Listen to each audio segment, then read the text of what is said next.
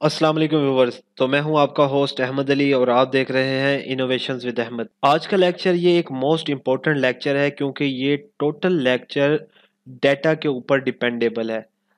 Excel के अंदर आपको पता है कि एक डेटा की टैब होती है। डेटा की टैब किसी भी डेटाबेस को किसी और डेटाबेस से जोड़ने के लिए, किसी भी डेटा को किसी वेबसाइट से किसी अदर फाइल में से उसे एक्सट्रैक्ट करने के लिए, एक्सेल के अंदर उसको एक टाइम सेटिंग के अगेंस्ट उसको रिफ्रेश कराने के लिए आप यूं समझें कि इस डेटा टैब से आप किसी भी डेटा को अपने इस एक्सेल की एक वर्कबुक के अंदर जोड़ सकते हैं।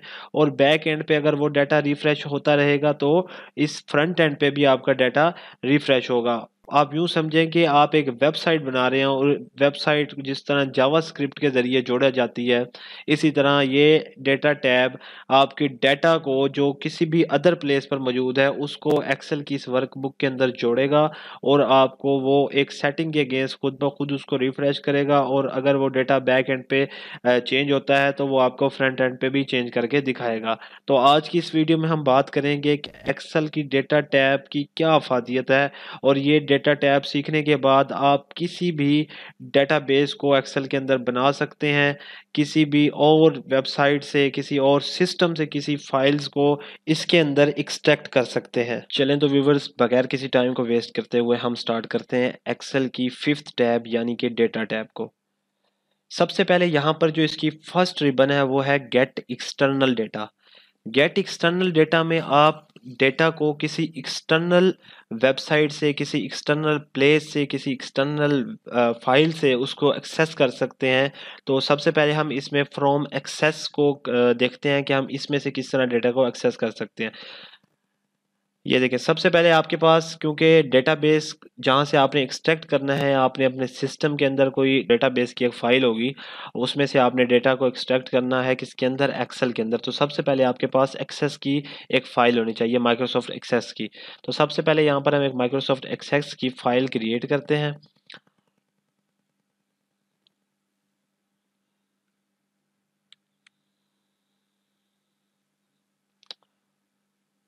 ये हमारे पास एक ब्लैंक डेटाबेस है। मैं इस ब्लैंक डेटाबेस को एक नाम दे देता हूँ।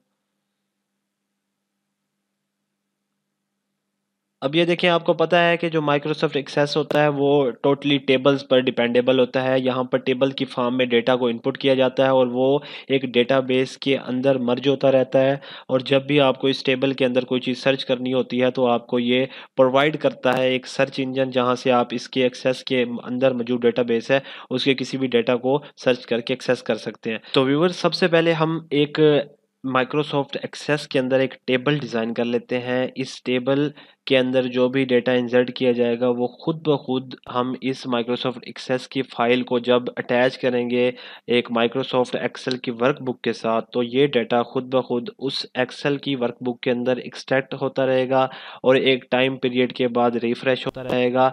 और जब बैक एंड पे ये फाइल हमारी जिस भी लोकेशन पर मौजूद है और इस लोकेशन में और इस फाइल के अंदर कोई भी अगर डाटा इनपुट कर रहा है, तो आप उस यूज़र को नहीं मालूम होगा कि उसका डाटा किसी और फाइल के ज़रिए अटैच होके किसी और जगह पर जा रहा है और वहाँ पर सेव हो रहा है। या आप इस तरह, अगर आप इसको पॉजिटिवली लें तो इसको आप बैकअप भी बना सकते हैं कि आपके इस टेबल माइक्रोसॉफ्ट एक्सेस की फाइल की टेबल का एक माइक्रोसॉफ्ट एक्सेल के अंदर बैकअप बनता रहे।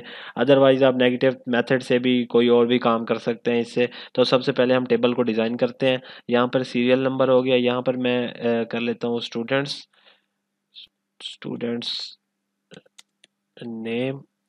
और इसके अंदर मैं एक और फील्ड इंसर्ट कर लेता हूँ जर्नल की। और इसके अंदर मैं कर लेता हूँ उसके मार्क्स। सबसे पहले हमारे स्टूडेंट का नेम है अहमद और उसके मार्क्स हैं 400। इसी तरह हमारे पास न्यू स्टूडेंट का नेम है, सीरियल नंबर है इसका,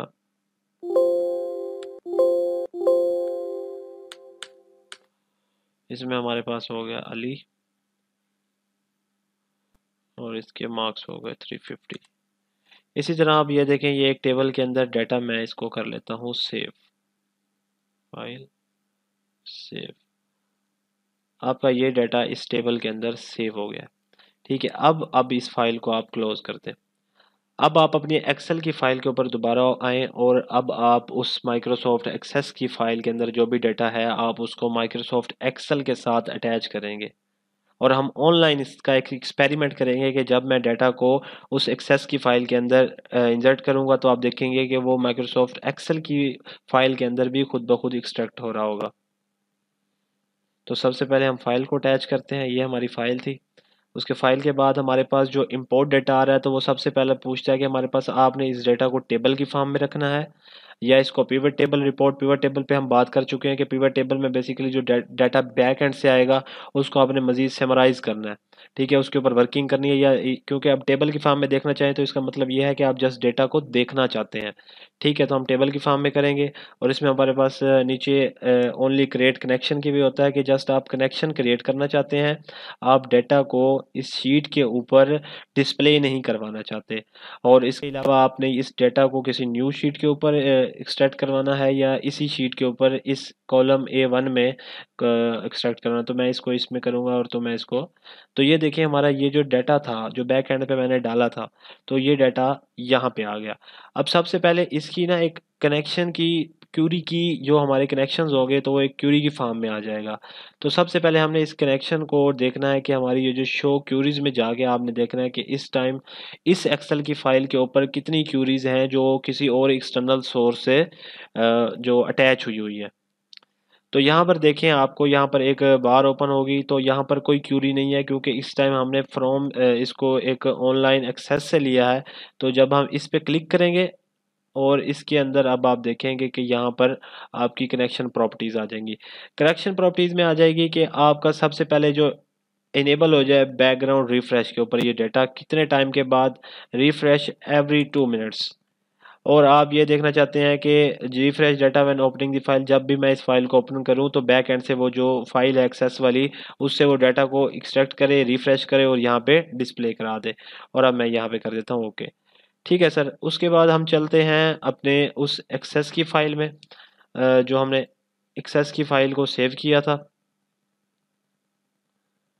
और यहाँ पर हम एक और डाटा है जिसको हम इंटर करते हैं और हम देखते हैं कि क्या वो माइक्रोसॉफ्ट एक्सेल की फाइल के अंदर ये डाटा दोबारा इंसर्ट होता है या नहीं। तो व्यूअर्स देखिए हम माइक्रोसॉफ्ट एक्सेस की फाइल के ऊपर दोबारा वापस आ चुके हैं। इस फाइल के अंदर हम न्यू डाटा को इनपुट करते हैं और अब हम देखते हैं कि इसका जो इम्पैक्ट है एक्सेल की वर्कबुक के ऊपर किस तरह होता है। इस फाइल के अंदर हम मज़ीद डाटा इंटर करते हैं। फॉर एग्जांपल यहाँ पर मैं कर देता हूँ काशिफ 400 और इसके अलावा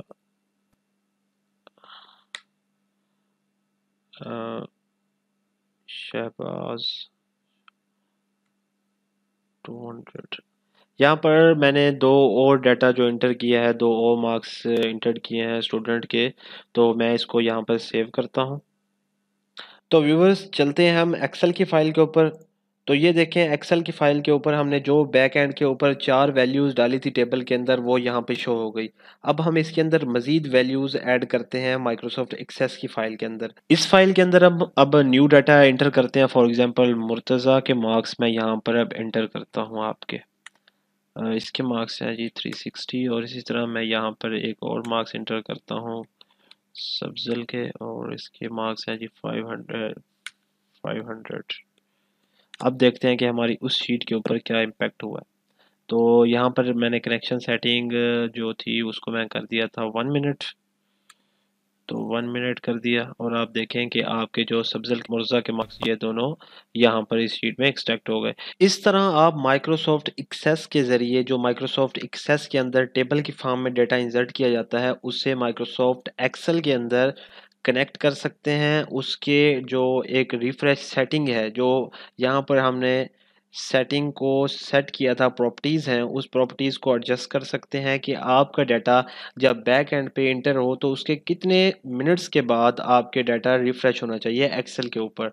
और इसी तरह अब हम नेक्स्ट वीडियो में बात करेंगे जिसमें हम सीखेंगे कि किस तरह हम किसी भी वेबसाइट से किसी डाटा को एक्सेल के अंदर एक्सट्रैक्ट करना सीखेंगे। फॉर एग्जांपल कोई वेबसाइट है जिसके ऊपर डिफरेंट फॉरेन की करेंसीज़ हैं, तो आप चाहते हैं कि मुझे आगे डेली करेंसीज़ अपडेट ना करनी पड़े, वो खुद ब खुद करेंसीज़ क्या हों, जो उसके ऊपर बैकग्राउंड क्यूरी हो, करेंसी के ऊपर जैसे भी मेरा लैपटॉप या कंप्यूटर इंटरनेट के ज़रिए कनेक्ट हो, और उस वेबसाइट से वो डाटा एक टाइम सेकंड्स के बाद, एक टाइम लिमिट के बाद वो इस एक्सेल की शीट के अंदर इंसर्ट हो जाए। तो व्यूअर्स, मैं उम्मीद करता हूँ आपने इस टॉपिक से, इस लेक्चर से बहुत कुछ सीखा होगा। तब तक के लिए अल्लाह हाफ़िज़, अपना भी ख्याल रखिएगा और अपने इस चैनल का, अगर आप हमारे चैनल पर न्यू हैं तो काइंडली हमारे चैनल को सब्सक्राइब करें, लाइक करें और मज़ीद इसमें किसी इम्प्रूवमेंट के लिए कमेंट्स करें।